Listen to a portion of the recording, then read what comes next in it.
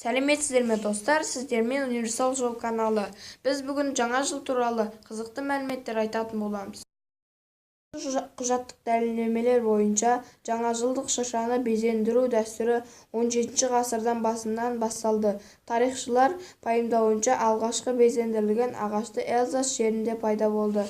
Жаңа жылдық ағашқа безендірулер ретінде түрлі түсті қағаздан жасалған раушан гүлдері, алмалар, печенье, қант пен жылтырақтар болды.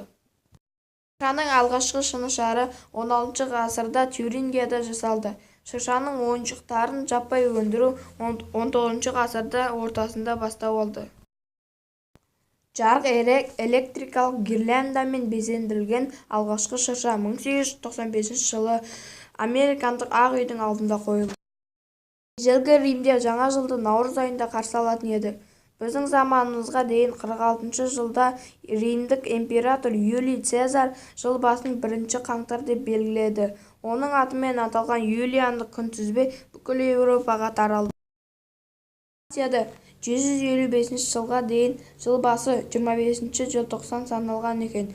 1564 жылдан бастап 9 Карл патшасының бұйрығымен жыл басы 1 қаңтар деп белгіленді.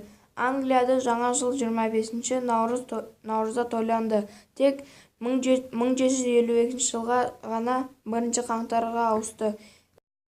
Әлемдегі ең үлкен шырша Италияның Губбио коммунасында орналасқан. Оның биіктігі 650 метр, ал ені 350 метрді құрайды. Шыршаның бел ортасы 260 шырақпен безендірілген. Оның көлемі шамамен 40 қабатты тұрғын үйге сай келеді.